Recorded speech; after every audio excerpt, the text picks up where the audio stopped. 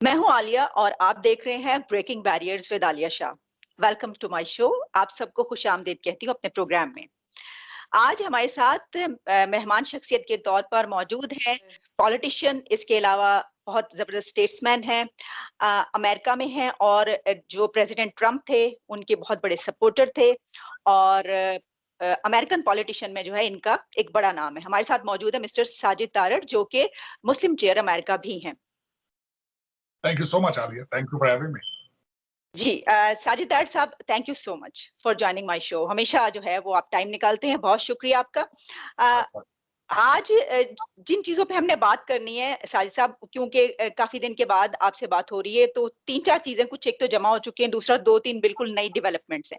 मैं अपने प्रोग्राम का आगाज उस टॉपिक से आपके साथ करना चाहूंगी कि मोहित यूसुफ साहब और कहा जा रहा है कि डीजी जो है वो वहां पर पहुंचे हुए अमेरिका, और अमेरिका में जो है वो उनकी मुलाकातें हैं काउंटर पार्ट से, उसके अलावा सीआईए के डायरेक्टर से, और जाहिर है कि अफगानिस्तान का मामला। तो सबसे पहले आप इस पे जरा फरमाइएगा कि आप उनके इस विजिट को कैसे देख रहे हैं, उनकी किस हद तक वो एक्सपेक्टेशंस क्या लेकर गए हैं और वो किस हद तक पूरी होंगी।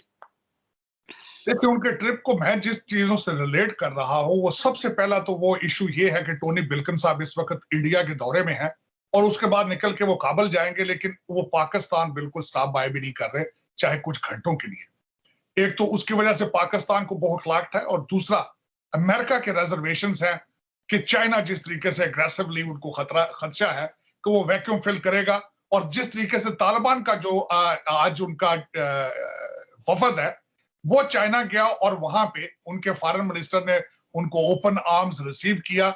ये दोनों ममालिक की बौखलाहट का नतीजे में ये ट्रिप चल रहा है। अब इसमें ये मैं बताना चाहूंगा, एक तो ये ट्रिप है, दूसरा यहाँ पे इकोनॉमिक टाइम्स ने इसको किस तरीके से एक्सप्लेन किया है मोहित यूसुफ साहब की ट्रिप को। उन्होंने कहा है कि ये डीजी आईएसआई और मोहित यूसुफ साहब, इनके अमेरिका आने का मकसद जो है वो peaceful transfer of power to Taliban है। इन चीजों के लिए तैयारी की जा रही है। वो अमेरिका अपने रिसोर्सेज चाहता है कि अगर तालिबान आते हैं तो वो अपने मुआहदे पे कितना उस पे अमल दरामद करेंगे, पाकिस्तान कितना उनके लिए हेल्पफुल होगा, ये सारी चीजें डिस्कस हो रही हैं। लेकिन मैं जिस तरीके से अमेरिका का वहां से इनखला हुआ, अमेरिका की इस वक्त टीम जो है वो जो जिस तरीके से एडमिनिस्ट्रेशन को चला रही है, ड्राइविंग सीट पर ओबामा साहब बैठे हैं, इसको थर्ड टर्म ऑफ ओबामा साहब समझा जाता है। तो मैं सिंपल चीजों में कहूंगा कि इन पे मुलाकातें तो हो रही हैं, लेकिन वो अब कहते हैं कि इन तिलों में तेल नहीं है। वो तिलों में तेल इस तरह नहीं है। ये वही एडमिनिस्ट्रेशन है कि जिनकी गोद में बैठ के चाइना ने ग्रो किया। जिस तरीके से बाइडेन साहब अपनी कैंपेन में भी कहते थे कि चाइना अमेरिका के लिए अच्छा है, जिस तरीके से उनके बच्चे ने उनके लड़के ने 1.5 बिलियन डॉलर चाइना से बनाया, और ये वही ओबामा की थर्ड टर्म है जिस दौर में चाइना ने साउथ चाइना सी में अपने अड्डे बनाए, और इस वक्त इंडो पैसिफिक अमेरिका के लिए दर्दे सर बन चुका है। ये वही एडमिनिस्ट्रेशन इस वक्त ड्राइविंग सीट पर बैठी है जो कि पुतिन साहब ने टेस्ट कर ली थी सीरिया में, जो रेड लाइन ड्रा करते रहे, लेकिन वहां में रशिया ने अपनी नेवल बेस बना ली। तो इन तिलों में तेल नहीं है, सिर्फ ये आपको मैं ये बताना चाहूंगा, डिफेंस मिलिट्री कॉम्प्लेक्स जो वो चाहता है, क्योंकि उनके लिए तशवीश का इशू है। वरना सियासी अब इनके पास ना कैपिटल मौजूद है, अमेरिका डिवाइडेड है। आज भी कैपिटल हिल पे जनवरी 6 जनवरी की जो है उसकी हियरिंग चल रही है।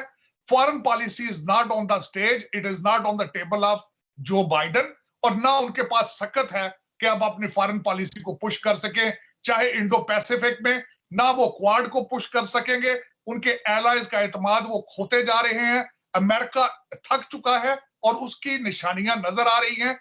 उनके एलाइज भी अब कंफ्यूज्ड हैं कि America doesn't have any capacity to save us anymore. हाँ, उसमें इजहार जिस तरह मैंने बताया कि पाकिस्तान के लिए वो चाहते हैं, अब देखें वो एक तो वो कंप्लीटली चाइना के कैंप में जा चुके हैं, लेकिन जब टोनी बिल्किन साहब आपको लिफ्ट नहीं कराते, जो बाइडन आपकी कॉल नहीं लेते, तो आप उस पे भी आपकी रिजर्वेशंस होती हैं, और मेरे ख्याल में ये होनी नहीं चाहिए, क्योंकि you have gone too far away in your process in a love of communist party and love of China.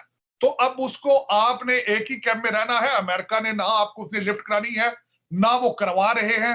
हाँ, ये मैं जरूर बताऊंगा कि मोईद यूसुफ साहब का डोमिसाइल वॉशिंगटन डीसी का है, वो यहीं रहते थे, उनके पर्सनल रिलेशनशिप यहीं पे है, उनका ये पहला दौरा है एनएसए बनने के बाद। तो हो सकता है कुछ लोग दोस्तों से मिलने आए हों, कुछ गर्मियों की छुट्टियां गुजारने आए हों, लेकिन इससे ज्यादा ना यहां से वो लेके जाएंगे और ना अमेरिका वो देने की सलाहियत रखता है। जी साजदार साहब, ये जो आपने बात की, जिस तरह आपने कहा कि एक तरफ तो वो वहां पर पहुंचे और जाहिर है कि अफगानिस्तान के उस पे, और आप कह रहे हैं कि वो जो लेकर जाएंगे वो आपने बता दिया यहाँ से। जो हम बात कर रहे हैं कि फॉरेन मिनिस्टर जो इंडिया गए हैं और पाकिस्तान वो नहीं आए, यानी पाकिस्तान चलकर अमेरिका गया लेकिन अमेरिका चल के इंडिया गया। तो आप क्या समझते हैं कि क्या ये पाकिस्तान की इस हुकूमत की नाकामी आप समझते हैं कि वो उनको अपनी तरफ नहीं बुला सकी या अमेरिका से उस तरीके से एंगेज नहीं कर सकी, इस वजह से अब वो नुकसानात होंगे जिनका आप जिक्र कर रहे हैं? देखिए, इसमें सारी मिली-जुली जो चीजें आपने बताई हैं, इसमें सभी चीजें हैं। एक तो पाकिस्तान की फॉरेन पॉलिसी में अदम उनकी तवज्जो। नवाज शरीफ पीरियड में 5 साल पाकिस्तान का कोई फॉरेन मिनिस्टर नहीं था। आज भी हमारे फॉरेन मिनिस्टर साहब जो हैं उनका वो आपको शायद ये अंदाजा होगा, आप पाकिस्तान में बैठी हैं, कि उनका और मोईद यूसुफ साहब में दोनों में तनाव है, कुरैशी साहब में और मोईद यूसुफ साहब ने। दोनों कंफ्यूज्ड हैं, बल्कि यहां तक एक दूसरे के साथ उन्होंने कहा है कि हम कंट्री डिवाइड कर लें। मोईद यूसुफ साहब ने उनको एहतजाज रिकॉर्ड कराया है कि आपको नहीं पता कि अमेरिका से डील किस तरह करनी है या फॉरेन पॉलिसी को किस तरह एडवोकेसी। तो उसमें बिल्कुल ये बात आपकी ठीक है। एक तो flavour of Pakistan, flavour of, मैं जिस तरह मैं छोटा सा यहाँ पे ऐड करना चाहूंगा, मैं फॉरेन पॉलिसी पे अथॉरिटी तो नहीं है, लेकिन पुअरली नेगोशिएटेड जिस तरीके से तालिबान के को आपने फैसिलिटेट किया, आप चाहते तो कश्मीर पे अमेरिका की सपोर्ट ले सकते थे, लेकिन मैंने बताया कि हमेशा आपकी फॉरेन पॉलिसी कमजोर रही है। लोगों के आपकी फॉरेन पॉलिसी एस्टेब्लिशमेंट के इंटरेस्ट बेस होती है, नेशनल इंटरेस्ट बेस नहीं होती। साजिद साहब, इसके साथ ही प्राइम मिनिस्टर इमरान खान साहब का एक इंटरव्यू आया। उन्होंने भी एक अमेरिकी टेलीविजन को उन्होंने इंटरव्यू दिया और उस पे उन्होंने जो अफगानिस्तान की सूरत हाल है उसके उसके ऊपर भी तबसरा फरमाया, जो भी उनसे सवालात किए गए, जिसमें उनका ये कहना था कि ये जो एक बहुत ही ज्यादा मैसअप कर चुका है वहां पर अमेरिका, और अब जो है वो सौदेबाजी की, बार्गेन करने की कोई पोजीशन नहीं है। और इसके अलावा उन्होंने कहा कि नहीं, हमने जो है वो जंगजू वहां पर नहीं भेजे, हमें जो है वो सबूत फराहम किया जाए। और खवातीन के हवाले से जो उन्होंने एक बात पहले कही थी, आप जानते हैं, लिबास के हवाले से, कि इस वजह से ये सब कुछ होता है, तो उन्होंने उसको कहा कि नहीं, ये मैंने ऐसे नहीं किया था, रेक्टिफाई किया। लेकिन अब आप बताइए कि आप उनके इस पूरे इंटरव्यू में अफगानिस्तान और इस सिचुएशन पर क्या कहेंगे? मुझे 3-4 पॉइंट्स जो मेरी रिजर्वेशंस है उस पे वो थी। एक तो खान साहब ने काफी चीजें दोबारा वही रिपीट की जो पिछले इंटरव्यू में की, जिस तरह उन्होंने डेफिनेटली नॉट का कहा कि हम पीस में साथ हैं लेकिन हम शरारतों में साथ नहीं है जिस तरह हम पहले थे। उन्होंने अपने तहफ़्फ़ुज़ात दिए कि 30 लाख मुहाजिरीन हैं और मुहाजिरीन आएंगे। इन चीजों पे बिल्कुल ठीक थे खान साहब। बिल्कुल अफगानिस्तान की हिस्ट्री उन्होंने बताई और उन्होंने अपने माजी की चीजें बताई कि मैं I was always for the political solution. मैं खान साहब की इस चीज को भी बिल्कुल समझता हूँ। अमेरिका वहां पे मैस छोड़ के आया, जिस तरीके से वहां से भागा, ये बिल्कुल जिस तरह मैंने आपको पहले अर्ज की कि अमेरिका अब फटीग में है, सोल सुपर पावर का स्टेटस लूज करने के बिल्कुल करीब पहुंच चुका है। उसकी वजह यह है कि अंदरूनी यहाँ पे इंतशार। अगले दिन जो बाइडेन साहब, जो कि ज्यादातर होशो आवाज में नहीं होते, लेकिन उन्होंने अगले दिन सिंसिनेटी में एक टाउन हॉल मीटिंग में खुद एडमिट किया है कि democracy is in decline, democracy is failing. और it is fact. As a political science मैं समझता हूं कि डेमोक्रेसी इज फेलिंग बिकॉज इसमें रिफॉर्म नहीं हुई है, इसके मिजाज को सही बताया नहीं जा सका। आपने जबरदस्ती, इसकी एक मिसाल दूंगा, अमेरिका ने डेमोक्रेसी को विद गन्स इन्फोर्स करने का की कोशिश कई ममालिक में, मिडल ईस्ट में कई ममालिक में अपनी मर्जी की, जिस तरह इजिप्ट की मिसाल है, अगर इनकी मर्जी का बंदा ना इलेक्शन जीते तो फिर दोबारा जो डिक्टेटरशिप ले आते हैं। तो democracy is facing many challenges. और अब मजा इस बात का इनको आया है कि इनके बैकयार्ड में डेमोक्रेसी फेल हो रही है। आधा कंट्री आज भी समझता है कि उनसे इलेक्शन उनसे चोरी किया गया है। और on the institution of election, respect of vote जो है वो अमेरिका में खत्म हो चुकी है। और अगर जब इंटरनल इंतशार हो तो फॉरेन पॉलिसी पे आपकी तवज्जो नहीं होती, आपकी इंटरनल तवज्जो होती है। और इस वक्त this is what exactly happened. जिस तरीके से इनखला हुआ, जो बार बार ये कहते हैं कि हमने 3 लाख फौजियों को वहां पे तैयार किया, फौजियों को अफगानिस्तान, आप उनको भी नोटिस नहीं देने की, आपको उन पे भी एतमाद नहीं था। आप रात के अंधेरे में लाइटें बंद करके वहां से भागे हैं, और जो बाइडेन साहब ने उसको कहा कि स्विफ्टली वहां से निकलना हमारी सेफ्टी का था। तो आपको उन 3 लाख फौजियों से भी खतरा था। एक आप ही के सेगमेंट में एक दफा ये भी कहा था कि वॉशिंगटन डीसी में कुछ लोग ये समझते हैं शायद this is a trap for China. China के वहां पे आएंगे, फौजी आएंगे, फंसेगा, इस पे एक्सपेंसेस होंगे, इसको टेस्ट किया जाएगा चाइना को अफगानिस्तान में, इंडो पैसिफिक में टेस्ट किया जाएगा। एक तो ये बिल्कुल बात आपकी इसको इसमें वहां पे है। दूसरा ये बात इसको बिल्कुल वापस आने की बातें तो आपने देखा जब निकल रहे थे तो यहाँ स्टेट डिपार्टमेंट और दूसरा जो पेंटागन था वो बार बार ये चीजें कहते रहे कि हम we can come back if something goes wrong, लेकिन उसकी सलाहियत अब मेरे ख्याल में मौजूद नहीं है। और दूसरी एक बात ये भी मैं बताना चाहूंगा, ट्रिलियंस डॉलर्स, और it was unpopular war with in the US. लोगों का इंटरेस्ट नहीं था ये। पहले मैं इसकी अगर माजी में अमेरिका की तारीख बताऊं तो जो जितने ज्यादातर हमारे प्रेसिडेंट होते थे वो वार डेकोरेटेड होते थे। इसको वार को एज ए पॉलिटिकल टूल इस्तेमाल किया जाता था।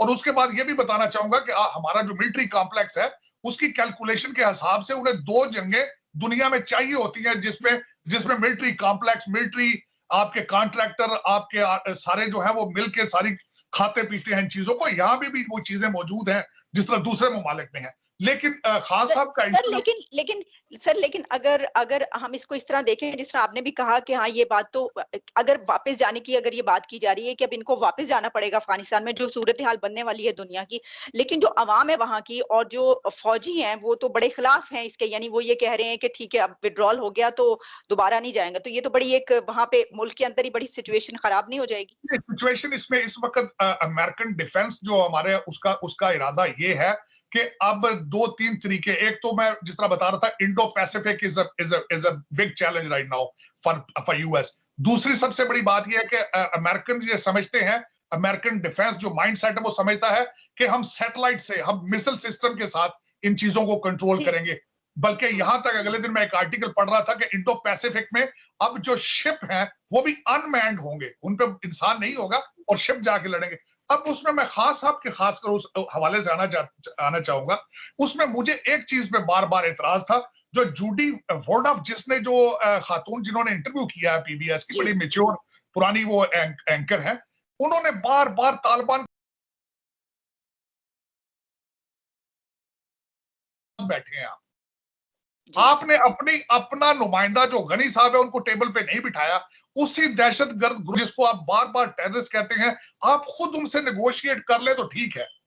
अगर पाकिस्तान आईएसआई या किसी और के रिलेशनशिप हो तो वो नहीं है। मेरा मकसद इनके अपना डबल स्टैंडर्ड कंफ्यूजन एक अजीब सी बात थी। लेकिन खान साहब मेरे ख्याल में जाती तौर पर पूछे, खान साहब डन अ वंडरफुल जॉब। ना सिर्फ इसमें खान साहब ने बिल्कुल सही तरीके से एक्सप्लेन किया बार बार कि what is the position of Pakistan in the Afghanistan, बल्कि उसके उनमें उन्होंने खासकर जब ये कहा कि we are still waiting for the political solution. और मेरे ख्याल में मुझसे आजकल एक और यहाँ पे लोकल टीवी चैनल में पूछा, मैं अभी होपफुल हूं कि it will be a political solution और Taliban has a upper hand. Taliban अपनी मर्जी की गवर्नमेंट बनाएंगे और गनी साहब की गवर्नमेंट को अपनी मर्जी के हिसाब से नुमाइंदगी देंगे। ठीक, ये जो आप बात करें बिल्कुल यहाँ पे भी बहुत से हलकों में ये कहा जा रहा है कि आज तक अमेरिका को इस हवाले से जो है मतलब बहुत सारी चीजें ऐसी हुई जिसमें प्राइम मिनिस्टर इमरान खान जो है उन्होंने बड़ा स्ट्रेट फॉरवर्ड एक वो किया। गो कि एक तरफ हम ये कहते हैं कि डिप्लोमेसी में इस तरह का एक बिल्कुल डायरेक्ट वो नहीं होना चाहिए रुझान कि फिर कोई आपसे बिल्कुल ही दूर चला जाए, बिगड़ जाए और आपको जब जरूरत है पड़े। लेकिन दूसरी तरफ ये भी कहा जा रहा है कुछ हलकों में कि आज से पहले पाकिस्तान की तारीख में इतना डायरेक्ट किसी ने भी नहीं कहा था, किसी पॉलिटिशियन ने अमेरिका को। तो अच्छा सर, एक और बात बताइएगा, इंटरनल पॉलिटिक्स भी बहुत चलती रहती है, वो भी जाहिर है कि आप वहां पर बैठकर देखते ही रहते होंगे पाकिस्तान की। जिस तरह कश्मीर के इलेक्शन में उस पे ऊपर तो बहुत ही हंगामा हो रहा है, बहुत लड़ाइयां हो रही हैं, उसी तरह जो नवाज शरीफ साहब हैं वो बाहर बैठे और उनसे वो मिलने अफगानिस्तान के मुशीर चले गए, उसके ऊपर एक बहुत बड़ा जो है वो डिस्प्यूट खड़ा हुआ, उसके ऊपर उनको गद्दार और बहुत कुछ कहा गया। आपका इस बारे में क्या पर्सपेक्टिव है? एक तो मैं बिल्कुल पाकिस्तान जो सर्टिफिकेट गद्दारी का और काफर होने का सर्टिफिकेट है बड़ी इजी दे दिया जाता है। लेकिन मेरे थोड़ी सी रिजर्वेशन है कि इस खासकर इंसान इस बंदे से अफगानिस्तान के पास जिसने पाकिस्तान के बारे में बड़े गंदे अल्फाज इस्तेमाल किए, गनी साहब ने बड़े इल्जामात लगाए अपने हिस्ट्री में, और हमारे जो 3 दफा के प्राइम मिनिस्टर हैं उनको थोड़ी सी एहतियात करनी चाहिए थी इनसे मिलने के लिए। लेकिन मेरी अब मेरा पॉइंट ऑफ व्यू इसमें सोचिएगा, मेरे ख्याल में इंटेंशनली उनसे मिलके तस्वीर खिंचवा के उसको पब्लिक किया गया। उसकी वजह यह है कि मेरे ख्याल में नवाज शरीफ साहब ने सिग्नल दिया है अमेरिका को और वेस्ट को, बरतानिया को, कि I can go there and protect your interest. इसको पॉलिटिकल उन्होंने यूज किया एज अ टूल के लिए। This is what my opinion on it. लेकिन मेरे ख्याल में ये गलत मूव थी, और मेरे ख्याल में जाती तौर पर मुझसे पूछें as a political scientist, Nawaz Sharif साहब के जो पॉलिटिकल एडवाइजर हैं वो इतने ज्यादा समझदार नहीं है। उसका दूसरा रेफरेंस ये है, जिस तरीके से पाकिस्तान में पीडीएम के जलसों में जिस तरह की तकारीर नवाज शरीफ साहब ने की, उन्होंने अपने आप को पॉलिटिकली डैमेज किया। इसमें एक और बात जो मुझे सुनने को मिली टेलीविजन चैनल्स पे, इसके ऊपर जब तबसरे हो रहे हैं, मोबाइल से हो रहे हैं, तो डिबेट में ये भी एक कहा गया, एक तरफ से ये बात सुनने को मिली कि दरअसल उससे पहले सिर्फ यही नहीं बल्कि नवाज शरीफ की बात, टॉक या मुलाकात जो है वो अमेरिकन सीआईए की जो अथॉरिटीज है उनसे भी हुई। यानी जो आपने बात की उसको ये सेकंड अगर आप कह लें तो यही कहा जा रहा है कि दरअसल वहां पे जो है उनकी था लिंक या कोई बात हुई है। तो आपको लगता है कि नवाज शरीफ के लिए कोई जगह पॉलिटिकली बनने जा रही है या ऐसा हो सकता है?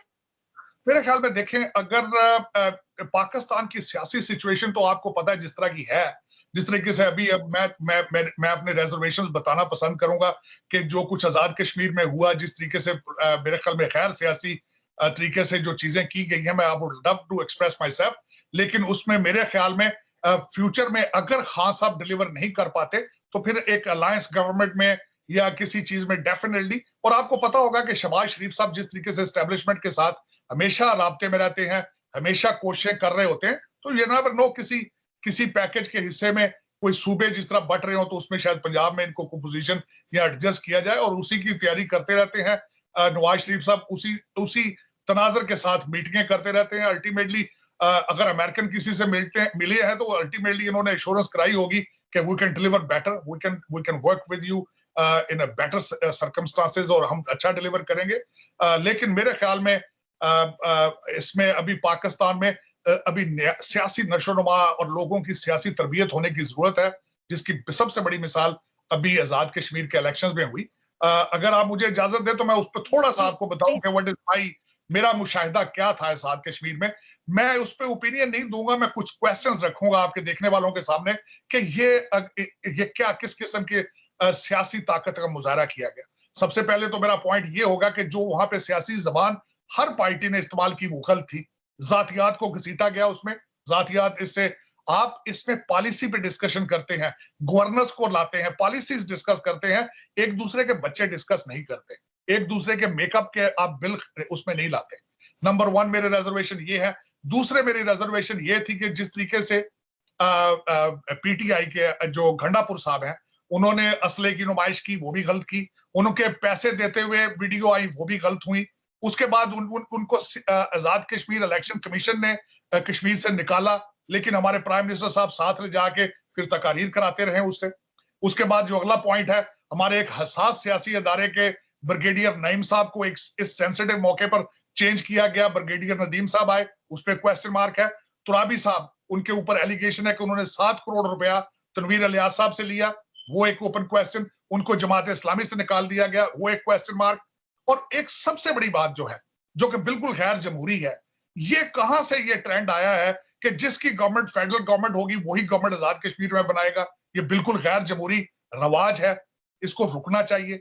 ये सारे क्वेश्चन है, और इस तनाज़ुर में आप देखें, अगर मुझे वाशिंगटन डीसी में इन चीजों का इल्म है तो मेरे ख्याल में हर पाकिस्तानी इसको जानता है, और आज जो इलेक्शन हुआ है उसकी क्रेडिबिलिटी का आप अंदाजा खुद लगा सकते हैं। साजिद साहब, ये जो आपने बात की कि ये कहां से ये वाकई पाकिस्तान में ये रिवायत है, यही बात कही जाती है कि आजाद कश्मीर में तो पता है इलेक्शन हो रहा है तो जो इस वक्त हुकूमत में है उसी की हुकूमत बनेगी। आपको ये लगता है कि वहां के लोग ऐसा करते हैं कि उनको वोट देते हैं और उनका एक ये है कि भाई अगर ये वोट नहीं दे, हम इन्हीं को वोट देना है, जो हुकूमत में है उनको पहले से पता है, वो यही करते हैं? या फिर जिस तरह आपने कहा कि ऐसे टैक्टिक्स यूज किए जाते हैं, धांधली करवाई जाती है, और क्योंकि हुकूमत के जाहिर है कि हर चीज उसके हाथ में ही होती है तो उसके लिए आसानी होती है जीतने की। इन दोनों में से कौन सी बात सही है? मैं इसके जवाब में एक चीज कहूंगा। कार्ल मार्क्स की एक सेइंग है कि उन्होंने कहा था कि वोट देने से ज्यादा वोट काउंट करने वाला इंपॉर्टेंट होता है।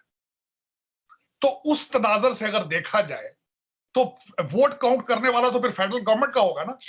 सर तो मुझे लगता है उन्होंने पाकिस्तान के लिए कहा था ये। उन्हें पता था डेवलपिंग कंट्रीज में क्या होगा। देखें, पैसा और सोर्सेज भी, अपॉइंटमेंट भी उनके हाथ में होती है, पैसा भी उनके हाथ में होता है, मीडिया भी उनके आसपास होता है, हर चीज पे कंट्रोल उनका होता है। इलेक्शन कमीशन पे भी इन्फ्लुएंस हो सकता है, लेकिन ये सारी चीजें जमहूरियत के खिलाफ। ठीक। तो लेकिन यही डिवाइड चलती आ रही है सर, इसको मुझे नहीं लगता कि ये ठीक होगा कभी। मैंने किसी वक्त मेरी ख्वाहिश होगी कि मैं 1947 से लेकर आज तक के इलेक्शंस को थोड़ा थोड़ा टच करके आपके देखने वालों को बताऊं। हालांकि इमरान खान साहब ने खुद एडमिट किया था कि 1970 के बाद जितने इलेक्शन थे वो सारे सवालिया निशान है उनपे, लेकिन मेरी अपनी ऑब्जर्वेशन में, मेरी अपनी स्टडी में 1947 से लेकर आज तक जितने इलेक्शन हुए हैं सब पे क्वेश्चन मार्क। साजिद डाट साहब, बेहद शुक्रिया आपका, थैंक यू सो मच, आपने टाइम निकाला और आइंदा भी आपसे बात होती रहेगी। Thanks a lot. My pleasure. Pakistan जिंदाबाद।